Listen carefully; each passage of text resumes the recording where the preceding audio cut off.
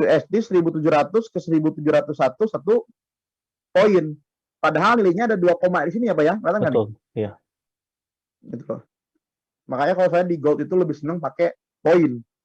3 poin ya berarti perubahan nilainya 170 menjadi 173. 1703. Itu aja. Nah, keterangan 1 poin sama dengan 100 Pips. pips. Nah, ini ada juga perdebatan. Betul. Ada keterangan 100 pips, 100 poin sama dengan 100 pips, Pak. 1 poin 10 pips rata-rata di 1 luar. poin 10 pips ada juga. Iya, ada. Gitu Banyak yang pakai itu. Rata-rata luar Jadi, negeri. pips ini variatif. Kalau misalkan kita menggunakan Malaysia knowledge, Brunei knowledge seperti ini, Pak. Iya. Eropa nggak begini. 1 poin 10 pips kalau nggak salah. Betul. Yang mana Pak yang benar? Nggak ada yang benar. Ini interpretasi trader dari zaman broker itu ada sampai sekarang. Gitu loh. Jadi senyamannya aja. Yang penting kita ngitungnya benar aja. Betul. Silakan lanjut, Pak. Iya. Ini contoh aja sih ya. Nah.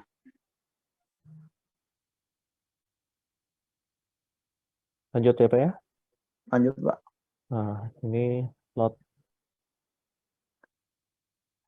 Nah, ini sen. Standar itu bisa juga sebuah trading di bawah 0,10 gitu loh. Yang karena yang membedakan pastinya split dan komisi, Pak. Gitu loh. Semakin besar level dia itu akun, biasanya splitnya semakin tipis, komisinya yang lumayan besar. Gitu loh. Kalian bisa buka akun mikro, mungkin gak ada komisi, Pak. Tapi splitnya yang lumayan tebal. Akun mini itu 0,01 itu rata-rata fee transaksi $1, Pak. Iya. Rata-rata broker. Standar itu fee transaksinya ada yang nyampe $26. Bahkan ada yang sampai $30. Tapi splitnya split real dari market langsung. Iya. Udah mulai tipis. Gitu loh. Rata-rata broker yang jujur itu split $1 itu dia $30. Coba cek di MRG berapa tuh. Saya nggak tahu, lupa saya. MRG itu kalau salah 15 deh kalau nggak salah. Karena 5 untuk jaminan, 5 untuk pihak broker, 5 untuk pihak afiliasi gitu loh. Dan cashback kalian. Kalau kalian transaksi di MRG, kalian dapat cashback dari lot yang kalian lakukan tuh. Per lot kalau nggak salah 5 dapatnya. Silakan lanjut, Pak. Oke.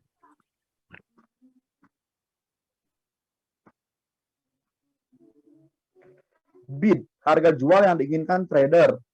Aks, harga beli yang diinginkan trader. Spread, selisih antara bid dan aks. Nah, spread ini tergantung dari volatilitas market dan dari kebijakan brokernya masing-masing ya. Tadi yang saya bilang, akun mikro biasanya broker memberikan nilai tambah untuk spread. Akun standar biasanya spread itu sesuai dengan ketentuan pasar gitu loh, sesuai dengan nilai spread pasar hari itu. Yang unik kalau misalkan teman-teman pakai TraderWay ya Pak ya, mereka nggak menambahkan spread, Pak. Iya. Jadi spreadnya itu dari market, tapi dia ada komisi. Gitu loh. Silakan Pak lanjut. Nah ini contoh spread. Spreadnya 2, berarti jadinya di mana? 129 untuk beli, 127 untuk jual. Iya. Current price-nya ada di mana tuh kira-kira?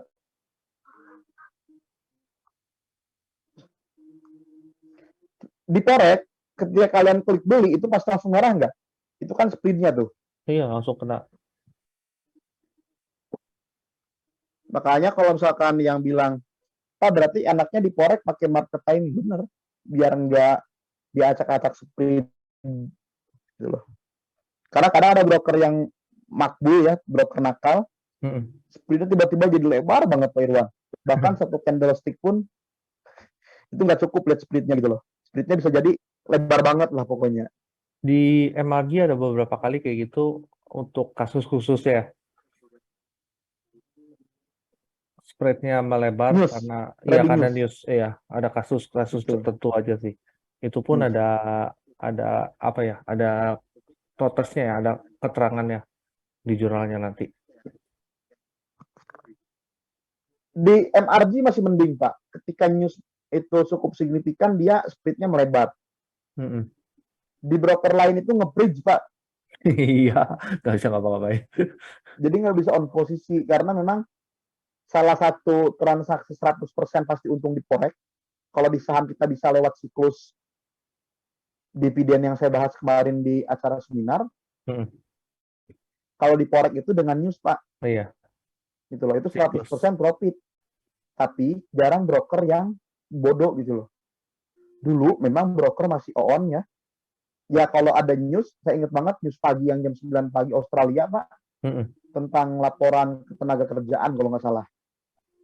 Itu masih enak Pak. Setelah beberapa lama nge-bridge Pak MT4 kita. Jadi kita nggak bisa ambil posisi. Gitu loh. Kalaupun ambil posisi itu ada waktu. Jadi waktu minimalnya itu 30 menit kalau nggak salah. Dari rilis berita. Jadi kita harus tahan. Nggak bisa langsung entry, langsung close gitu Pak. Ngerti. Itu nanti kena perdagangan arbitrase. Nah itu rata-rata akun saya yang hilang entah kemana, entry langsung profit, langsung close, dan langsung kena surat cinta gitu loh di email.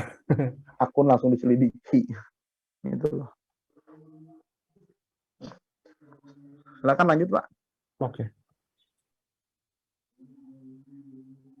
Nah ini leverage nih yang harus nih. Leverage adalah seperti kita meminjam uang pada perusahaan broker dalam jumlah tertentu dengan memberikan jaminan. Jaminan inilah yang disebut margin. Lanjut Pak. Yeah. Beberapa rasio margin 1:1. Kalau 1:1 itu udah broker-broker yang real ya. Nggak perlu ngutang kalian. Udah 1:1 udah nggak bakalan loss. Kayak saham aja gitu loh. 1:50 ini broker-broker yang asal Amerika Pak. Iya. License Amerika dulu tuh FXCM. 1:100 nih broker-broker bagus juga tapi udah banyak di Indonesia. 1:100. Nah 1:200 sampai 1:1000 bahkan 1:2000 Nah, itu udah broker-broker yang dicurigai dan diwaspadai Pak. anehnya iklannya ada terus, Pak. Kenapa? Anehnya iklannya ada terus. Ya betul. Ya Padahal karena mereka nyari klien gitu loh. Karena industrinya itu kaya loh Pak. Saya kenal, bukan kenal lah. Sekarang ada salah satu pengusaha di Indonesia yang kemarin ada skandal, 3 skandal. Dia terkait dengan memberikan pinjam uang terhadap salah satu perusahaan yang punya jalan untuk pertambangan. Kasusnya juga dengan Mandiri Pak, dengan Bank Mandiri kalau nggak salah. Dia punya perusahaan broker ini Pak. Duitnya nggak berseri Pak. Iya, pastilah. Ratusan triliun gitu loh. Tahu nggak modalnya berapa kalau ingin buka SEP White House Broker? Cuma 1,5 miliar sampai 2 miliar Pak Irwan. Itu kita bisa dapat per transaksi komisi sekitar $15 Pak Irwan. Gitu Pak, loh. ini langsung Pak, banyak yang nanya habis nih Pak. Gimana cara buka White House Pak? Gitu loh. Itu kita dapat sekitar segituan. Makanya kalau kalian jalan-jalan ke daerah Sudirman kalau nggak salah, betul daerah Sudirman itu banyak kan broker-broker future market, betul nggak? Betul. Sering lah dengar namanya Ashtab Future. Ayo silahkan join ke Delion Future. Ayo silahkan join ke MiFX. Ayo silahkan join ke Ripan Finansial Indo. Ayo silahkan join ke equity. Apalah equity future. Kan banyak lah. Kalian pikir itu perusahaan berbeda. Ternyata itu perusahaan sama. Cuman beda bagian marketingnya saja. Gitu loh.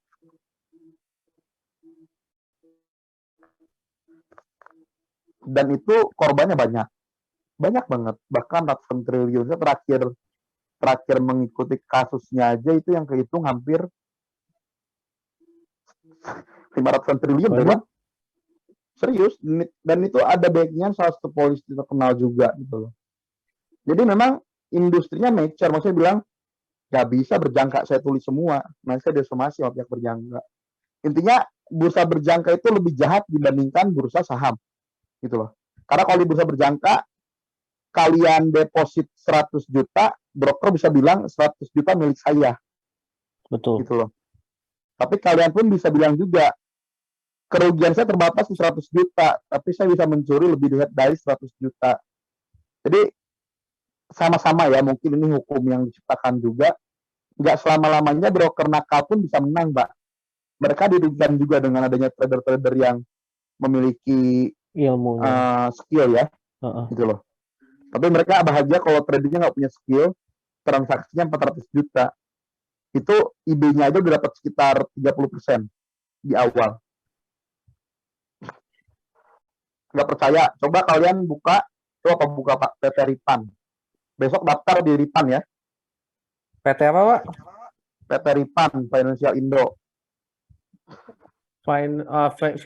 Refund Finansindo berjangka ya? Betul. Coba saya share. Coba teman-teman buka akun di PT Ripan, nanti ceritakan kesedihannya ke saya gitu loh. Biar nambah orang yang curhat tentang broker Kok gitu? forex di Indonesia. Kelihatan nggak, Pak? Kelihatan, Pak. Nah, ada kan? Ini Tuh. ya. Betul. Izin resmi. Ya betul resmi. Karena perusahaan lokal itu kan selalu bilang, izin resmi. Karena apa? OJK-nya kan nggak punya taring juga gitu loh.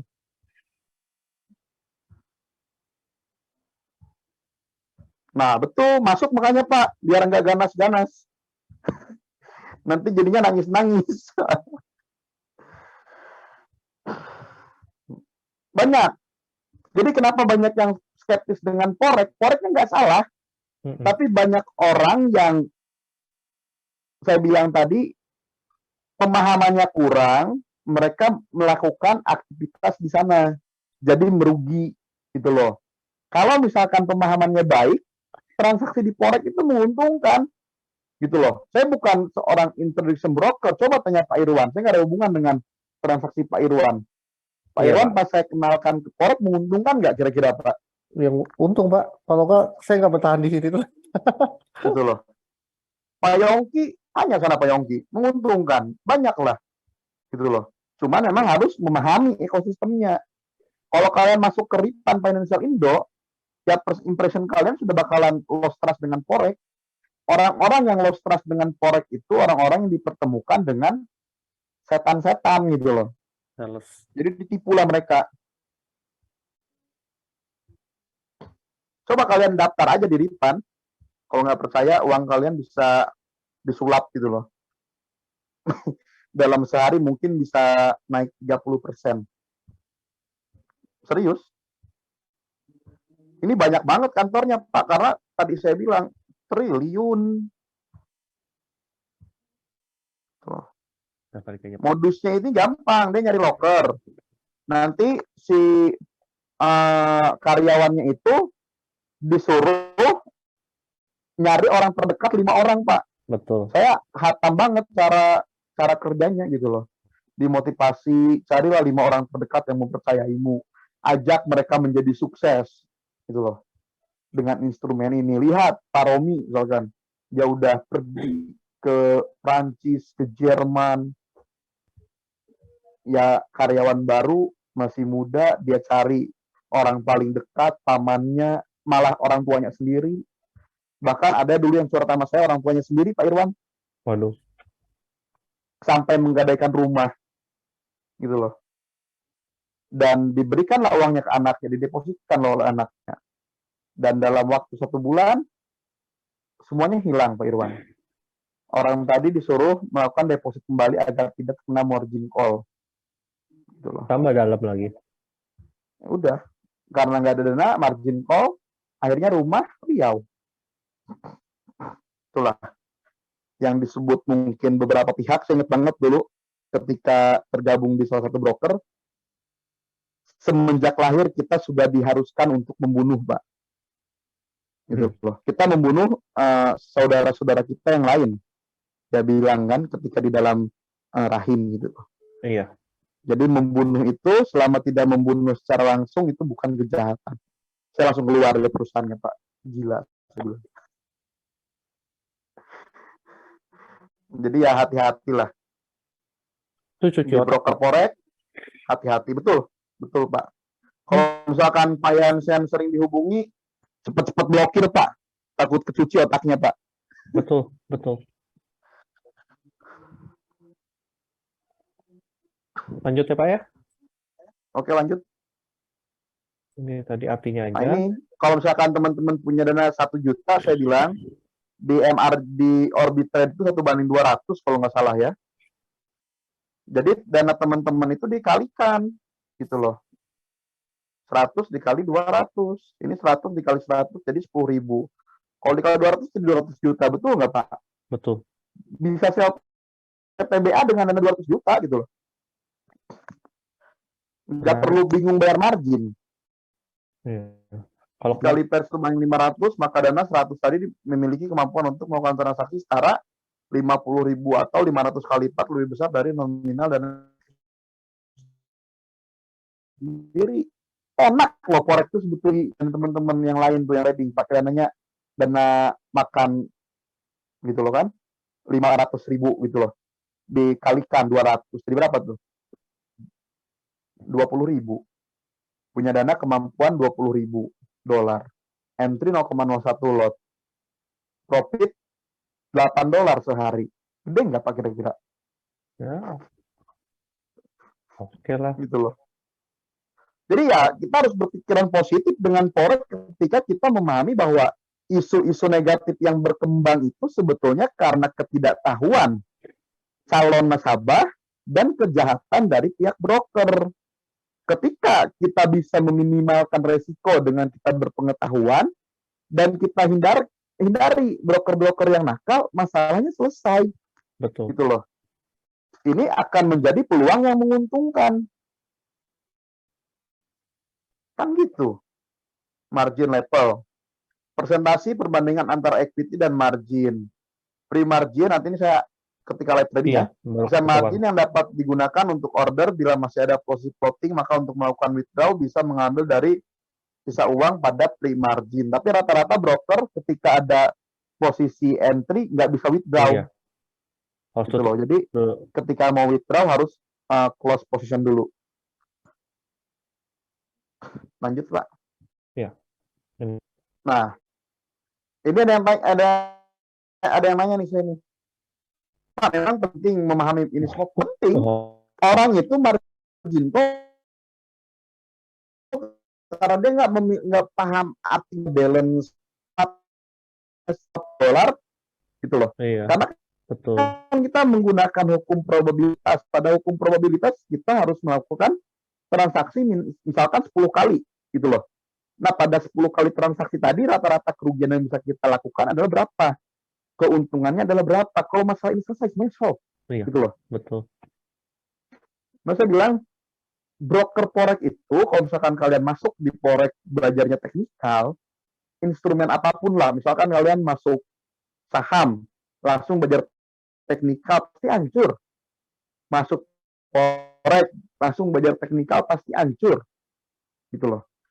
Harus dipahami dulu mekanismenya, bisnisnya seperti apa gitu loh. Nah, sudah saya bahas pro model bisnis broker di forex itu beberapa bernama non-dwelling desk dan beberapa bernama dwelling desk. Dwelling desk saya nih dengan Pak Irwan bikin broker. Saya kasih namanya apa ya bagusnya ya? R-chart future berjangka gitu Pak ya. Iya.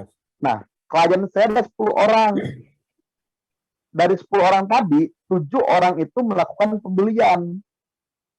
3 orang melakukan penjualan. Gitu loh. Yang melakukan penjualan ini, totalnya jika misalkan dia kalah, dia kehilangan 10.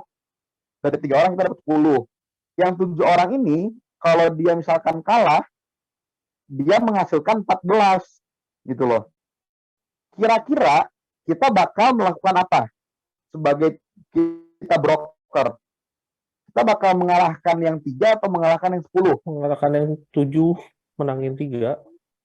Betul. Kita akan memenangkan yang Yang 3 orang dikasih menang.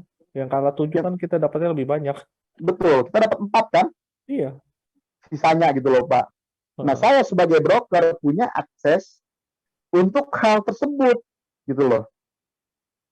Saya punya akses untuk saya bisa ganggu dari chart yang 4 tadi, atau saya dengan cara yang paling gentleman, saya entry di di real marketnya Pak, di direct market aksesnya. Betul. Karena saya itu punya link untuk transaksi di direct market aksesnya gitu loh Pak, enggak? Iya. Kan syarat buka White House itu sekitar 1,5. Mm-mm. $100.000 Pak. $100.000 itu untuk dibukakan akun Pak Irwan Ngerti, ya. di Di market yang realnya gitu loh, yang daily di, index di di DM direct ya. market aksesnya Heeh. gitu loh. Nah, inilah bisnisnya itu berarti kita si broker daily index itu dapat uang dari kekalahan Mm-mm. itu, tapi yang non daily index dapat uang dari Komisi. komisi gitu loh. Kalau orang yang dapat uang dari komisi pasti dia pingin kliennya ini lama trading di dia Betul. gitu loh. Dia nggak mau klien ini cuma sebentar tradingnya, dia pinginnya lama. Makanya kalau misalkan broker-broker yang jujur itu pasti si pihak introduction brokernya itu menghubungi Pak, Mm-mm. menghubungi pihaknya, memperingatkan untuk tidak menggunakan lot yang terlalu banyak gitu loh. Kalau broker yang geblok itu pasti bilang, ayo dong deposit lagi yang banyak, transaksinya biar nggak margin call gitu loh, biar cepat dapat duit tuh. Nah ini contoh nih, uang Anda 3.000, open posisi 1 lot, USDJP replace cuma 100%, margin yang dibutuhkan adalah 1.000. Jika sisa uang equity Anda turun akibat floating loss hingga 1.000 atau di bawahnya, maka open posisi Anda akan di close secara paksa oleh sistem gitu loh. Ini beda-beda ya untuk persentasenya setiap broker.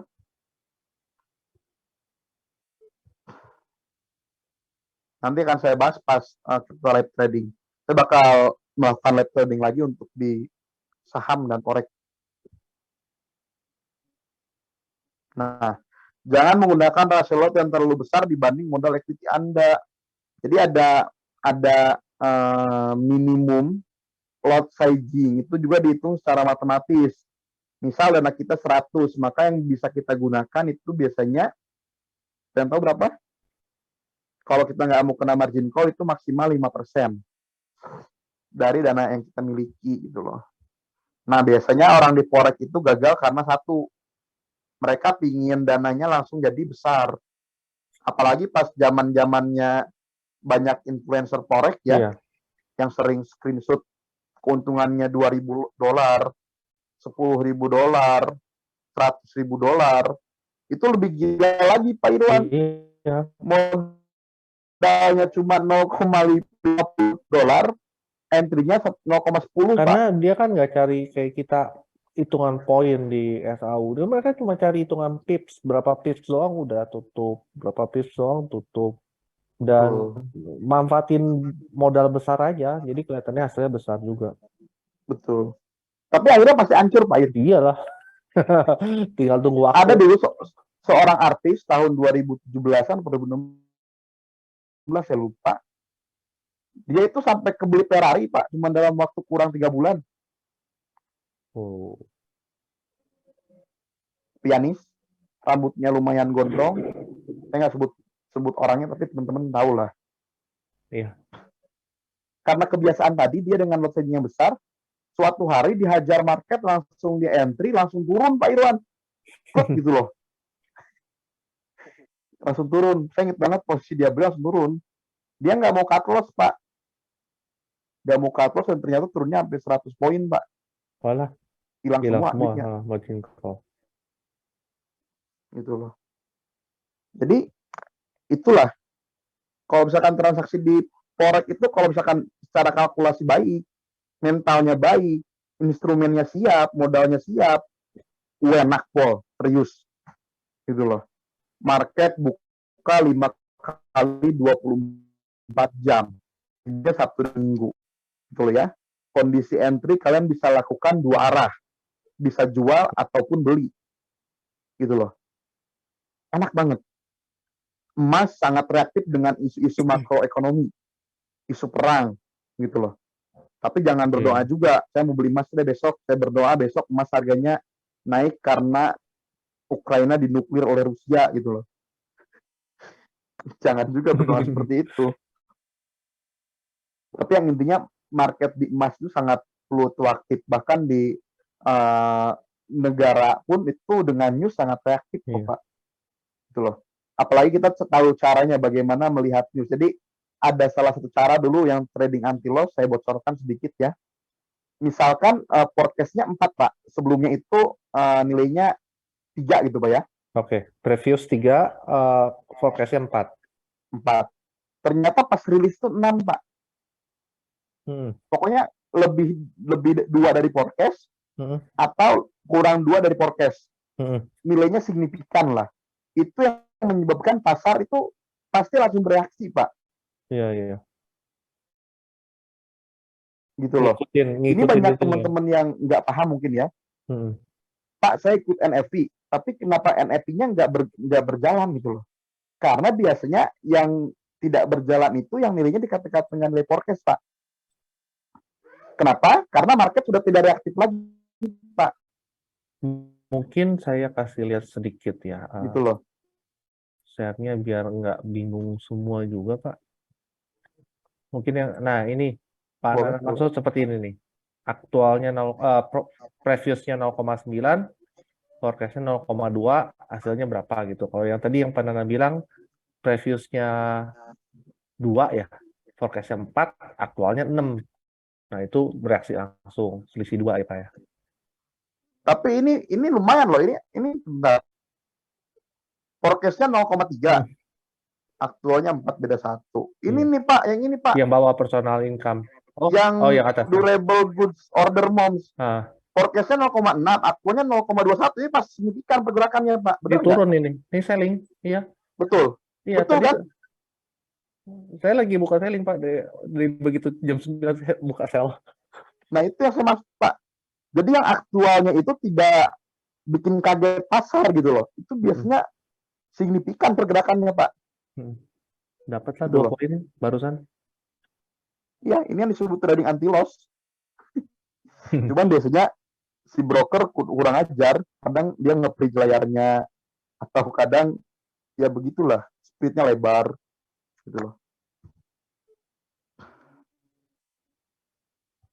Nah ini, silakan lanjut, Pak. Oke. Swap, Pak. Penting juga nih. Kalau swap dulu itu bisa plus, Pak.